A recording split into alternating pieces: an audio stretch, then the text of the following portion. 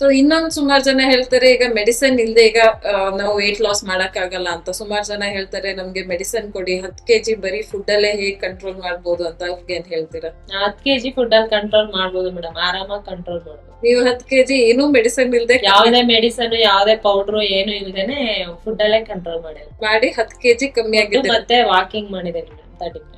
So ಅದು 10 kg ಕಮ್ಮಿ ಆಗ್ಬಿಟ್ಟು ಅದನ್ನ ಮೇಂಟೈನ್ ಇನ್ನೂ ಕಮ್ಮಿ ಆಗ್ತಾನೆ ಇದೆ. ಇನ್ನು ಕಡಿಮೆ ಆಗ್ತಾನೆ ಇದೀನಿ ಮೇಡಮ್, ಬಟ್ ಮೇಂಟೈನ್ ಮಾಡಿ ವಾಕಿಂಗ್ ನಿಲ್ಸ್ಬಿಟ್ಟಿದೀನಿ ಇವಾಗ. ಅದ್ರ ಜೊತೆ ವಾಕಿಂಗ್ ಮಾಡಿದ್ರೆ ಇನ್ನು ಮತ್ತೆ ಕಡಿಮೆ ಆಗ್ತಾ ಹೋಗ್ತೀನಿ ಅಂತ ಅನ್ಕೊಂಡಿದೀನಿ. ಸೊ ಇತ್ತೀಚೆಗೆ ಟ್ರಿಪ್ ಹೋಗಿದ್ರಲ್ಲ, ಅವಾಗ ಏನೇನ್ ತಿಂದ್ರು? ನಿಮ್ದು ಶುಗರ್ ಚೆಕ್ ಮಾಡ್ತಾನೆ ಇದ್ರ ನಿಮ್ಗೆ ಭಯ ಆಗಿ? ಅಂದ್ರೆ ಆ ತರ ಏನ್ ಚೆಕ್ ಮಾಡಿಲ್ಲ ಮೇಡಮ್. ಕಂಪ್ಲೀಟ್ 5 days ಟ್ರಿಪ್ ಹೋಗಿದ್ವಿ. ಅಂದ್ರೆ ಟೆಂಪಲ್ ಗಳಿಗೆ ಹೋಗಿದ್ದು. ಟೆಂಪಲ್ ಅಲ್ಲೆಲ್ಲ ಅನ್ನ ಪ್ರಸಾದನೆ 3 times ಸಿಗ್ತಾ ಇದ್ದು. ಡೈಲಿ 2 times ಅನ್ನ ಪ್ರಸಾದ, 1 time ಮಾತ್ರ ಹೋಟೆಲ್ಗೆ ಹೋಗ್ತಿದ್ವಿ. ಹೋಟೆಲ್ ಅಲ್ಲೇ ಚಪಾತಿ ಏನ್ ಬೇಕಾ ತಗೊಂಡ್ ತಿನ್ಕೋತಾ ಇದ್ವಿ. ಹೇಳದ್ಮೇಲೆ ಐಸ್ ಕ್ರೀಮ್ ಎಲ್ಲ ತಿಂದೆ. ಬಂದು ಚೆಕ್ ಮಾಡ್ದೆ ಮೇಡಮ್. ಬಂದು ಚೆಕ್ ಮಾಡಿದ್ರು ನಾರ್ಮಲ್ ಆಗಿ.